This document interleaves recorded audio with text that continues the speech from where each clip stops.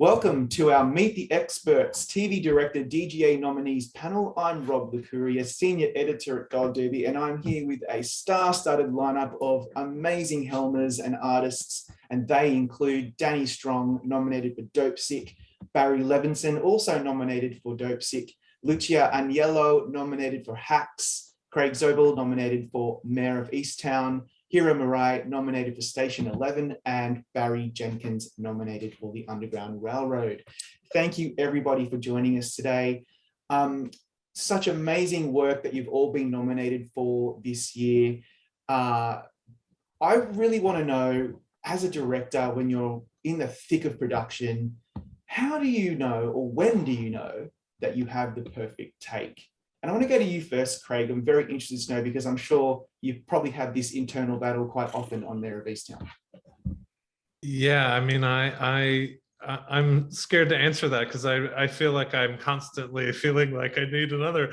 But I suppose when performance-wise, I think when all of a sudden I have 5 other ideas because I've seen something new in the performance that I've read 100 times at that point and kind of know the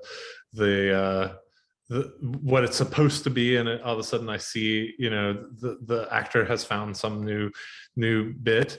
I usually end up wanting to go another time, but I feel like that is when I've probably gotten a take that matters and is interesting, because it's sort of shaken me out of my day and out of the thing that I was kind of prepping to do.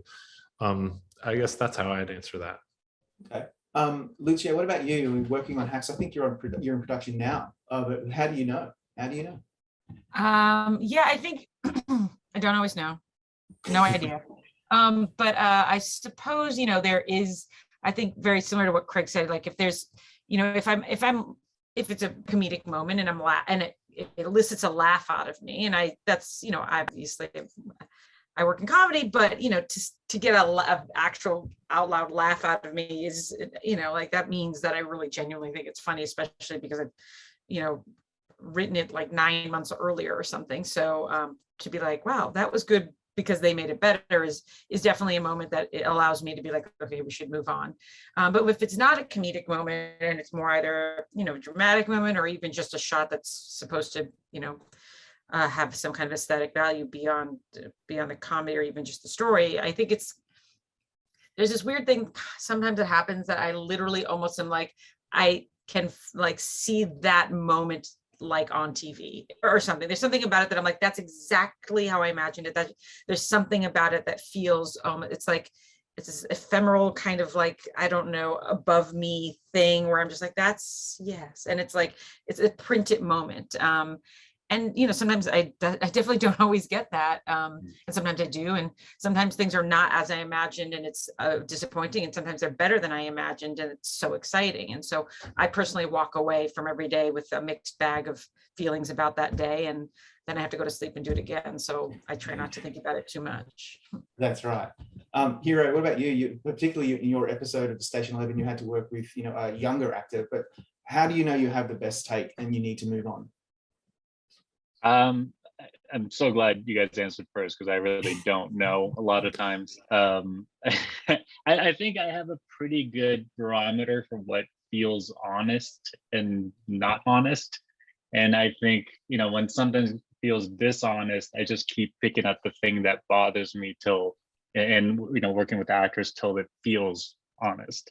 And so it's a very weird, very it sounds like it's a binary, but it's kind of a green or red switch, and if it's red, I just keep kind of turning the plate around until it feels right to me, and hope that at the end of the day we have all the things we need to make a good story.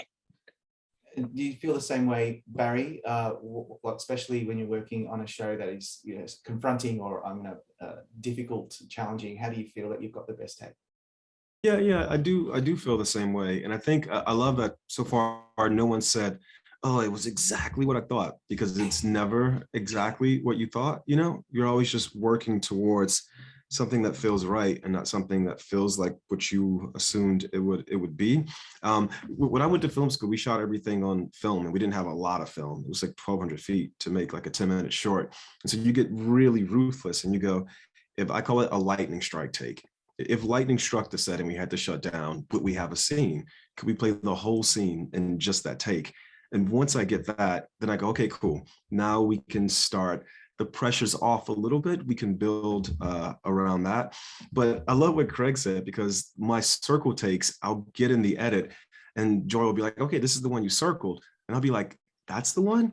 It's not what's in that take. It's that so many ideas came out of that take. And then we'll go like 4 takes later. It's like, oh shit, that's the one. So I think it's a combination of what everyone's saying. And it's kind of cool, because what makes this thing fun is it's never the same thing. It's a scene to scene, shot to shot. It's always something different that you go, oh shit, like that's the one. Then you get in post and it's clearly not. Wow. Okay. Danny, you've obviously been in front of the camera for many, many years. So now as the guy in the director's chair, how do you know? Well, I'm not really looking for the best take. I'm just looking for a take that I think works, or that feels right or honest, or sort of, I'm just trying to make the scene work at the end of the day. And then once I have something that feels like it works, I'm like, okay, so we got that. And then if there's time, we can play a little bit. As you said, I'm an actor, so I like to see if the actors are comfortable, if they want to do another one, if they want to try something different. I like to keep things very loose. But at the end of the day, I'm just looking for that one take that I'm like, okay, yeah, I got it. The scene works, or this part of the coverage works, and we can move on. It is funny what Barry Jenkins was saying. You circle a take and then you get into post and you're like, oh, that wasn't it at all. I way prefer that one. Or you'll be shooting a scene and you'll be watching it on set and you'll be like, this scene's incredible. You have tears in your eyes. You're so moved by it. And then you watch it within the cut and you're just like, you're like, this isn't what I thought. This is what I thought I had. And then sometimes scenes that are, you don't think, you shoot them, you get them done, you think it's right. And then in the course of the story, in the cut, it's quite powerful or quite moving, or just something that really surprises you. And that's always a great gift and very exciting. My final question to the panel is more about what's inspired you over the years, both personally and professionally. What's your favorite film or TV show that you watch over and over, that you hold dear to your heart? It's an open question to whoever really wants to pipe in. I mean, I could be here all day talking about what I adore, but what about you guys? Who would like to go first? I mean, I think right now, kind of what I've been watching a bunch of. I just finished Station 11. I'm a huge fan. It's really, really good. Thanks, I've been. It's funny. I've been seeking out like kind of entertainments more. The last 2 weeks I've watched Mad Max Fury Road twice because I guess like getting away from like the kind of like the heady drama of something like Mare of Easttown. It's been fun to just watch, like, George Miller is incredible where he puts the camera as like quite genius and unlike anything I've ever seen. So it's like just things that I haven't really seen. That's sort of what I'm watching right now, like that and Spielberg things. Yeah, by the way, one of the greatest Australian films of all time. So thank you for mentioning it. Who else? Go for it, Lucia. Well, I mean, in an effort not to just list out things that'll make me sound smart and cool, to be completely honest, right now, I am rewatching for potentially this 5th or 6th time. I'm watching Arrested Development again, and that's what I'm doing right now. And I love it, and it's so funny. And at the end of the day, when I just want to watch something that makes me laugh, and that, I just think it's the best. And so I'm rewatching it right now, and I go home, and it is my warm tub television show, and I love it, and I'll never not love it. Oh, I love it too. What about you, Danny? I've got sort of like a rotating list of top 5 that it constantly shifts in and out, but there's consistently a number 1, which is Apocalypse Now. And I literally just took my nephew to see Apocalypse Now at the New Beverly, and he's 17, senior in high school. It was thrilling to see how much it impacted him. When it was over, he just turned to me and he said, I felt like I was going crazy with them up the river, you know? And I just thought, wow, Francis Ford Coppola had heard that. I think he would have been so thrilled, because that's literally like the essence and the core of what that movie is, what the book is, Heart of Darkness, right? So I'm a huge fan of Apocalypse Now, a huge fan of just Coppola's movies in general. There's a certain theatricality and a certain, but deep dramatic, you know, weight to them at the same time. And then there's also an entertainment value where they're entertaining in a very dramatic, sort of tension-filled way. But I love that they're shot with this sort of grand, epic scope to them. And then I'm also watch over and over The Sweet Smell of Success is just one of my favorites. It's, you know, it's like this combination of two of the greatest writers of the 20th century, greatest composer, two of the greatest actors, and the poor director never gets like the shout out for it. They're like literally everyone else around him. Oh, cinematographer, you know, James Wong Howe shot it, right? So it's this incredible group of artists that came together to make this film that's a real masterpiece of its time. So those are sort of my Apocalypse Now and Sweet Smell of Success. I rewatch a lot. Nice. Barry? I guess like everybody else, I'm just watching random things, but Lulu and I have been watching Survivor. We watched the new season of Survivor, which we were at lunch, or we were in somebody's yard. Actually, Lulu's agent is Mike White's agent, and so we randomly met him early in the pandemic, and he told us he had been a contestant on Survivor, and so we watched a season. And we just went down the Survivor rabbit hole over the pandemic. And so we just finished the new season of Survivor, which is interesting because I remember when reality TV first started, or my first brush with it, which was The Real World, New York and San Francisco. And people were so natural back then. And then we went through this phase where they weren't natural. And Survivor is this weird petri dish where Survivor has its own sort of performance style and way of being organic on camera. And I don't know, I just find it fascinating. So we just finished the newest season, which was really kind of interesting down the stretch, I must say. I recommend people watch it if you're a Survivor fan.